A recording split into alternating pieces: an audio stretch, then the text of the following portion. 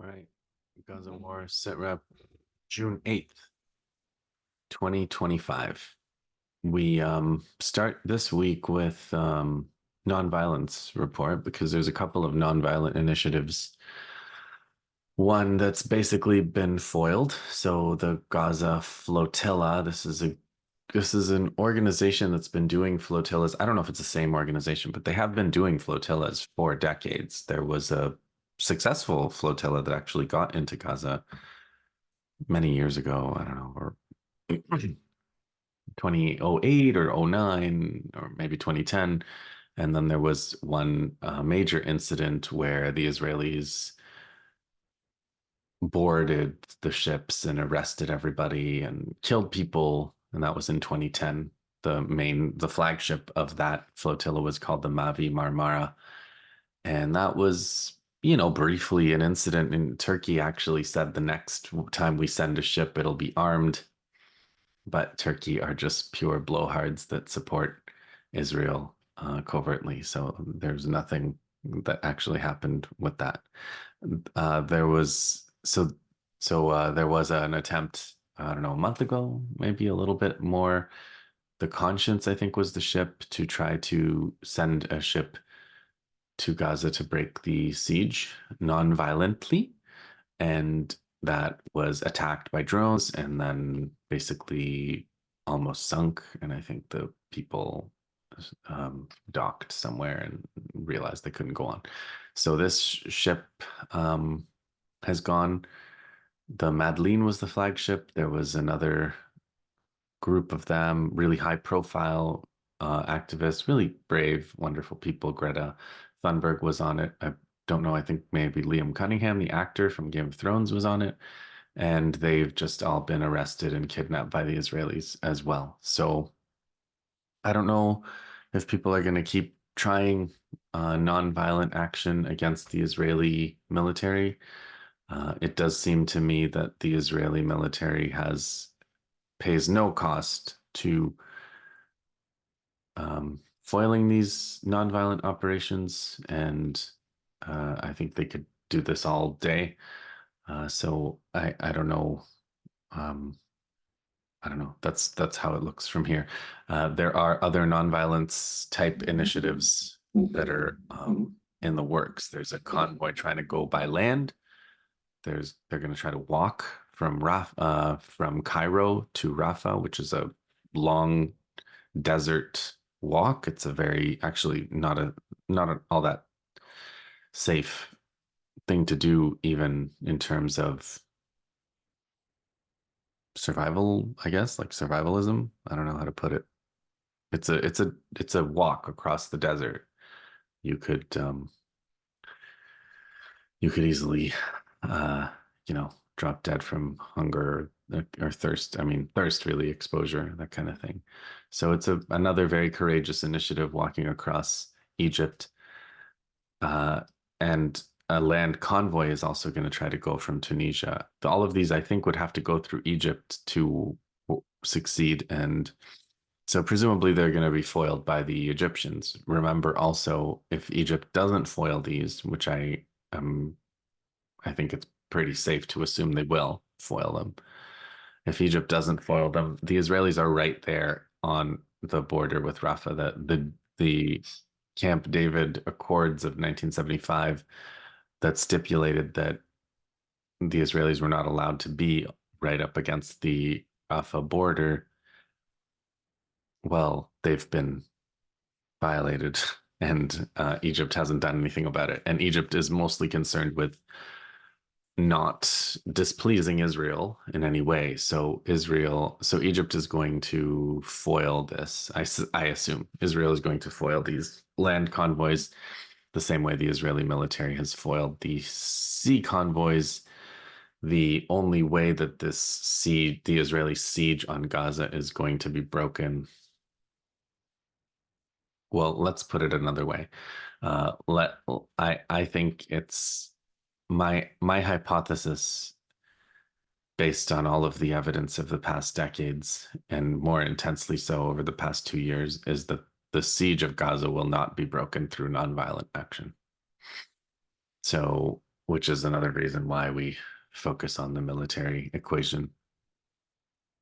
The siege of Gaza is also not going to be broken by a United Nations Security Council resolution. The United States vetoed one of these, yet another one of these, this for an immediate ceasefire this week. But there is a ceasefire resolution that the United States did not veto, and it was equally ignored. And the US has supported Israel to continue the genocide even after not vetoing the resolution. So international law, once again, like nonviolence, is not going to have an effect on the outcome of this conflict. I don't know who the audience is for these Security Council resolutions. I don't know why the United Nations still bothers. Maybe they're trying to maintain the jobs and livelihoods of the people who work for that bureaucracy. I don't know what else, what other effect the United Nations has right now. Certainly not doing any of the things they claim to do or exist for in the world. In the West Bank, there's the main two big assaults that are now 130 days plus, Tulkarm and Jenin. There are ongoing armed clashes in both. In Jenin, the resistance targeted an Israeli vehicle with an explosive. There's a video from June 6th, so just a couple days ago. The Palestinian Authority is holding Palestinian prisoners, and they tortured one of them to death this week, Ahmed Abu Naj as-Safuri, tortured to death by the Palestinian Authority. So the collaborators' story, I mean, this has been a week of collaborator stories. In Lebanon, the Israelis are kidnapping fishermen. They ordered, at one point a couple days ago, they ordered the Lebanese army to go and into a series of sites to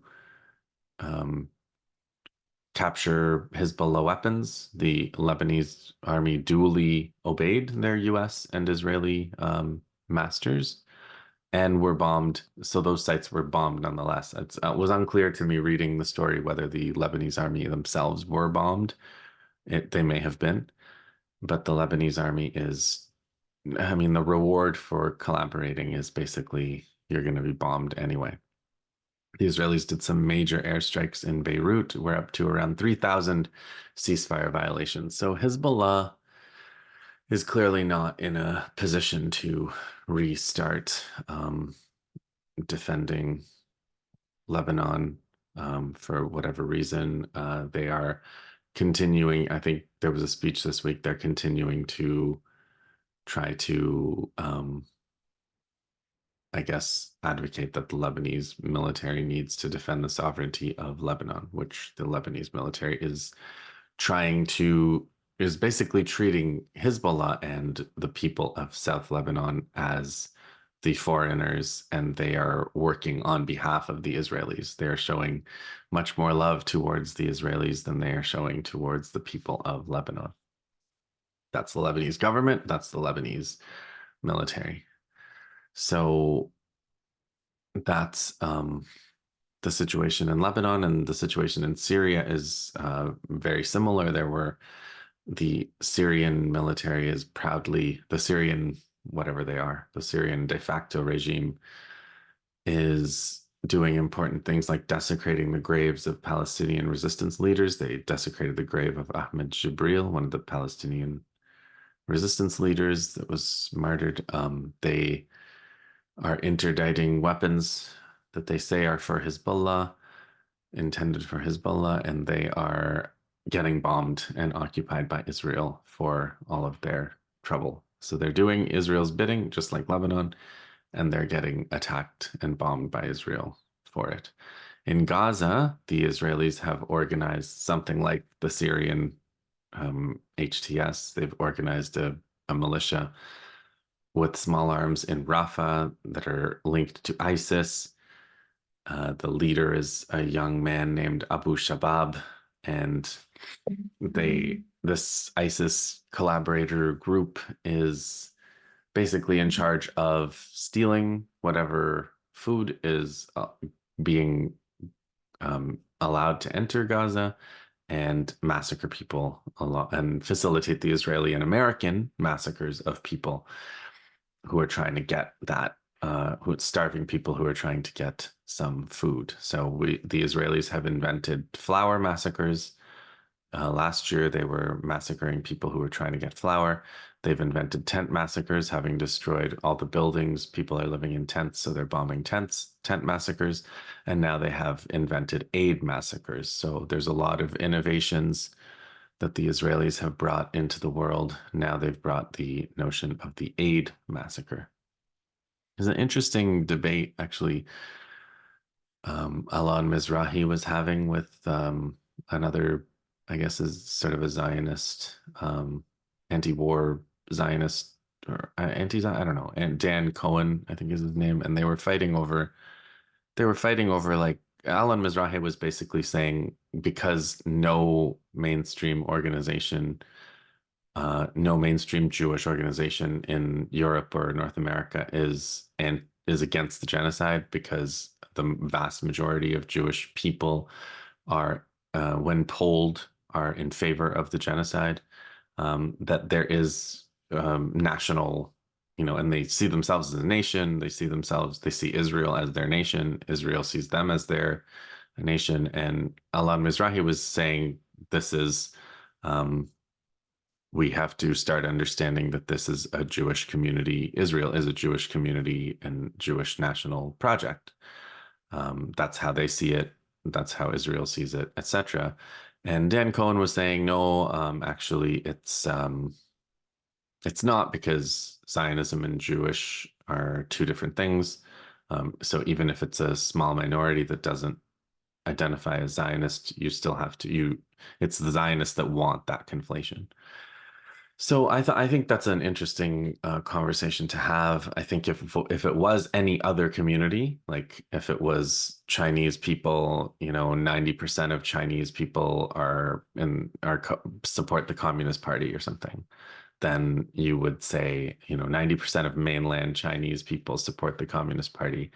Then you would say like China is communist or like China is a communist project. But if 90% of so is it the same if 90% of Jewish people in North America, Europe, and Israel support Israel, regardless of what they're doing? They're Zionists. They support the dispossession, apartheid, the genocide.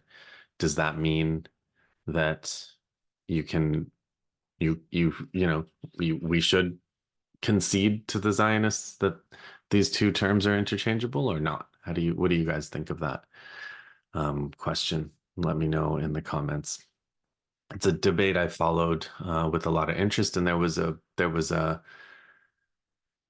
Palestinian, I think Canadian or Palestinian American. I think he lives in Canada, and he chimed in too, and he kind of provided like a Palestinian perspective where he was sort of like, as Palestinians, we can't afford to make that distinction. Like everything that's being done to the Palestinians is being done, with Jewish holy symbols, Jewish, Israeli flags, the Star of David. They're coming into houses that they're occupying, whose inhabitants they've murdered, and they're bringing the religious scriptures in. So they're not making that separation whatsoever. So to make the Palestinian people, who are the targets of the genocide, carry that burden seems like an additional burden and an additional injustice. So again, it's definitely a debate I followed. If you followed it, also let me know. So that's okay. West Bank, Lebanon, Syria. In terms of negotiations, I suppose I should also add that the Stephen Witkoff, is that his name? Stephen? Anyway, Witkoff, whatever his name is. Witkoff went and said, let's make a deal again. The Palestinian factions, Hamas, said, okay, yes, we want a deal. They insisted on, the war ending, among other things. And then Witkoff, I guess, went and the pro-Israel people told him he can't take that. So Witkoff went back and said, no, no, no, no, no, no, no. You have to take what we what Israel offers you. That's the only possible deal. So Witkoff is kind of over. There was a Witkoff moment in January when he actually negotiated a ceasefire, and it seemed like like America, there was this moment where people were like, wow, maybe America is in charge. Maybe there is an American faction of this power block, of this empire that actually has the ability to discipline the Zionists, to discipline Israel. And no, actually, not true. Witkoff has been put back in his place, as has Trump and Elon. Zy Squirrel, who's always electric in terms of their tweets, whoever they are. Zy Squirrel pointed out that there was this spat, which might all be fake, but there's a spat between Elon Musk and Trump where Elon is saying that Trump is on the Epstein list, which everybody knew was the case, and Trump is saying Trump said something even worse than basically implying Elon Musk was a pedophile. Trump said that um, he's going to reconsider Elon Musk's government contracts. So that's much worse for I'd say Trump got the better of that exchange in terms of what matters to these people. So Zy Squirrel said, isn't that amazing how the president and the world's wealthiest man can attack each other publicly, but neither of them would dare to attack Israel? And you also see, and Zy Squirrel said, that's how you know where real power is in the society. And you also see that with the mayor race. Did you guys see you tell me if you saw the mayor debate, the New York mayor debate, where all 25 candidates or however many, and they were asked, hey, where will you visit first? And they all say, oh, I'll visit Israel. Oh my God, I'm going to visit Israel. I'm so going to visit Israel. All I want to do is visit Israel. And then there's one guy who's like Pakistani American, Mamdani, I think is his name.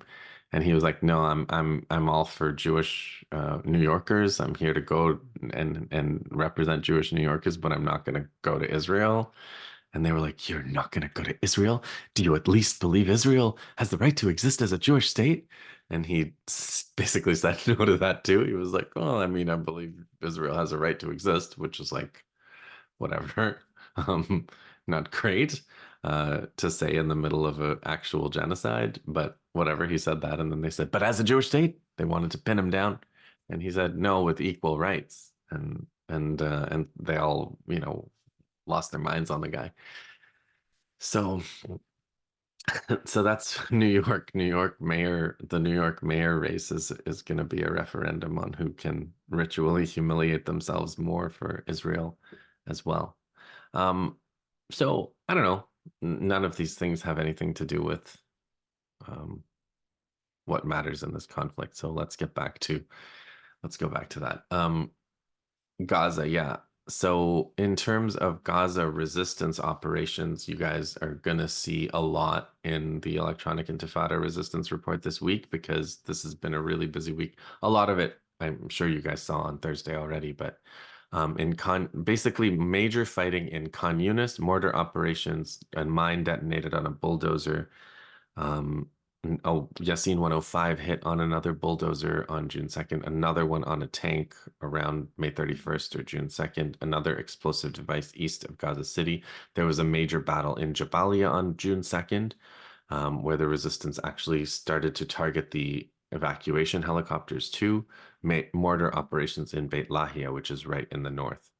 On June 3rd, there was major fighting in Shujaiyya in Gaza City, another Yasin 105 targeting a tank in Khan Younis.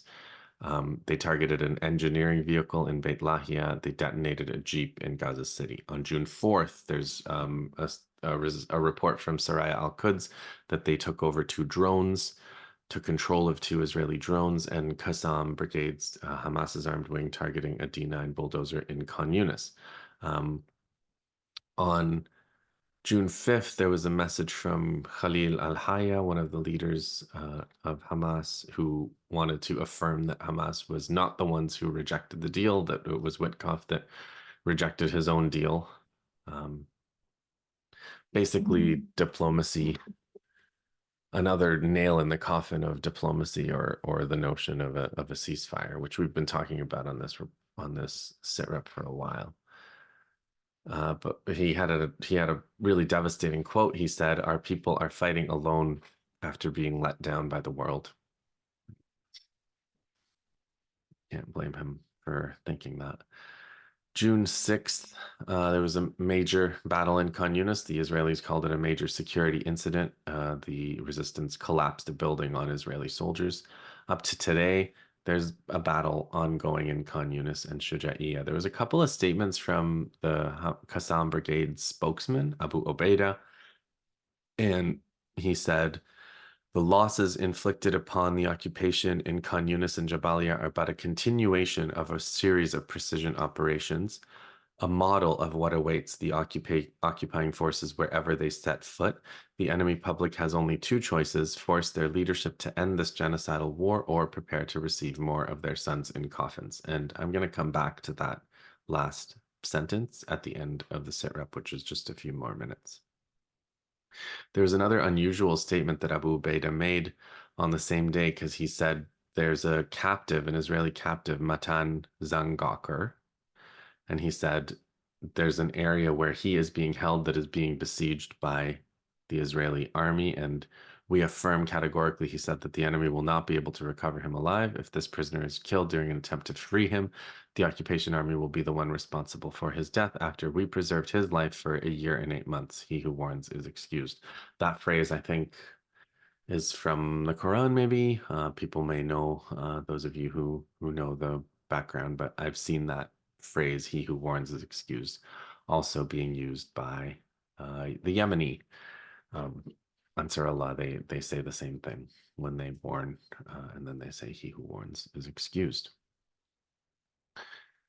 Speaking of Yemen, and we're going to conclude with Yemen, they attacked Tel Aviv airport, which they call Lod Airport, June 1st, again June 2nd, and again June 3rd. And they said, the Minister of Defense said, "We are ready for further escalation against the enemy." They hit the airport again with two drones, or they launched two drones against the airport. Yahya Saree said, "Free, proud, and independent Yemen stands with you and will never let you down, even if the entire world abandons you." On June 5th, they launched a ballistic missile against the airport, and they said something interesting. They said that this missile was for the aggression in Gaza and the suburbs of Beirut. So they are saying they're retaliating for things the Israelis are doing in Lebanon as well. So that once again, they are kind of stating the unity, their view of the unity of their struggle. So let me just conclude with this one point, which is in this context where the Israeli army is taking losses up and down Gaza, Khan Younis, Gaza, various parts of Gaza City, Jabalia, Shujaiyya, and the extreme north, Beit Lahia. It's an army that's being kind of held together with glue. They're trying to recruit more soldiers. They've got the resupply of bulldozers, which are now being targeted, but they were resupplied, I think, during the ceasefire in January. And these troops are going and doing the same things that have gotten them ambushed all along, and their resistance ambushes are getting more, if anything, more efficient. So the soldiers of Israel are being more or less sacrificed as well. And I've pointed this out before, but the number of soldiers that the Israelis have lost in Gaza is far more than the number of people that were killed on October 7th. And remember, many and possibly most of the people that were killed on October 7th were also killed by the Israeli army. So the Israeli army sacrificed Israeli civilians for the sake of this narrative, this to set up this genocide that they're conducting. And now the Israeli army in turn is being sacrificed to continue the genocide. And it's the sometime in one of the wars, maybe it was 2014, the Hannibal directive was this discussed. It was the idea that if the Israelis have a chance to kill a soldier who might otherwise be captured and then be traded for Palestinian prisoners, that the Israeli army will kill that prisoner. The Israeli army will kill their own soldiers rather than letting them be captured because they don't want the Palestinians to be able to trade them back to get their prisoners out. That's the Hannibal directive. Then on October 7th, 2023, there's the mass Hannibal directive. There's a whole slew of accounts that when you put them together, the story emerges very clearly that the Israelis were gunning down, the Israeli military was gunning down Israeli civilians and soldiers that were on their way to being taken prisoner. They were on their way to Gaza. The Israelis were strafing these cars, they were strafing motorcycles, they were blowing up bases, the Erez checkpoint. They blew it up from above. They called in airstrikes. They had airstrikes on their own positions. They killed hundreds of Israelis on that day in order to, number one, prevent them from being taken prisoner, and number two, to set things up and create a story that would justify the atrocities that they've been committing for the past 2 years. And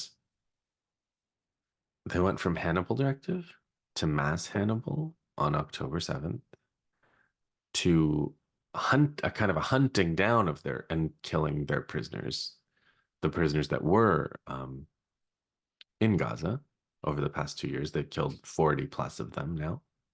And they're Idan Alexander in particular, they were trying to kill. They had a couple of times where they missed him and they were trying to kill him, which I think is probably also a reason the Palestinian resistance gave him up as a goodwill gesture. You may remember they gave him up as a goodwill gesture, and the Americans promptly, they said, they took him back, and then they continued the massacre, if anything, more intensely. So now what they're doing is they've moved on to a kind of army scale Hannibal, where they're just sending their army with no real plan, and the army goes and commits atrocities, but every time they encounter the resistance, they take mass casualties. And mass casualties looks like 4 and 6 and 2 and 3 because of the nature of these urban battles. But it's a sacrifice. They're just sending them to the slaughter, really. And there are thousands upon thousands of them now that are amputees. You know, they're recruiting people who already have diagnosed PTSD and they're sending them back. They're burning their political coalition to recruit religious scholars who don't really want to fight and who don't really want to do anything but study the religious Bible texts. And so the whole notion of this Hannibal doctrine that you sacrifice people from your society, it's become an absolute bedrock of what they're doing now. And I don't know if it's a good idea. I don't know if it's a sustainable um, practice. And it's certainly not got too many precedents in terms of military history. It is not how militaries practice. It is not what militaries have done in history. What they've done is they've been willing to take casualties. That's a different story. Even suicide missions are something that have happened for thousands of years of military history. But the notion of sacrificing an army, sending them in with no real plan or scheme, just sending them into these areas and getting um, very predictably struck and having buildings blown up around you, or your tank blown up, or your bulldozer blown up, or whatever, just to commit these operations of destruction, just to go and demolish houses and wear women's underwear and kill children. It's um it's unusual. It's not it's not the norm. And I have read conspiracy theories in history that certain big battles, the the big politicians or the generals launched battles that were meant to fail, launched offensive that were meant to fail and sacrifice their troops, all to better position themselves for the peace. And maybe those conspiracies are true and maybe they're not. If you listen to the historical podcast, we're going to get into some of them. A lot of that seemed to have happened around World War II. But this is in a different category than that, too. Certain things that are happening in this war are just very different. Very different indeed, and hard to understand where they're going. Um,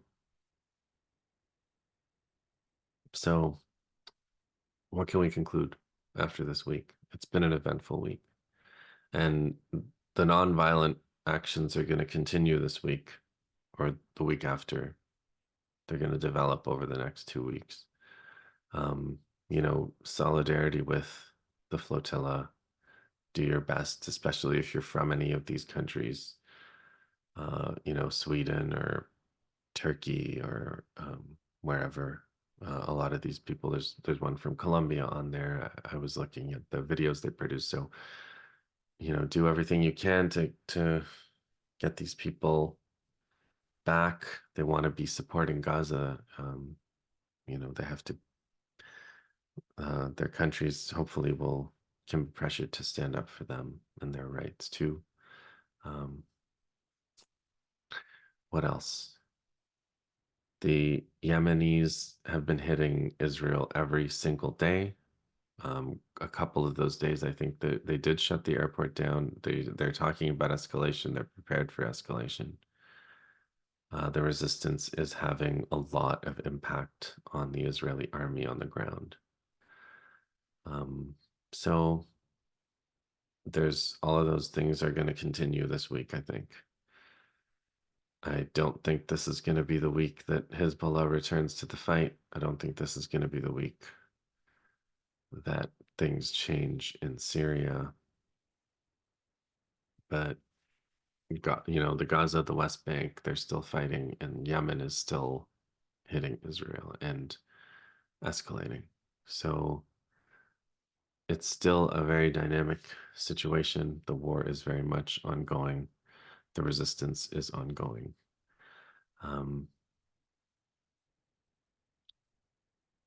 For all of you out there, hang in there.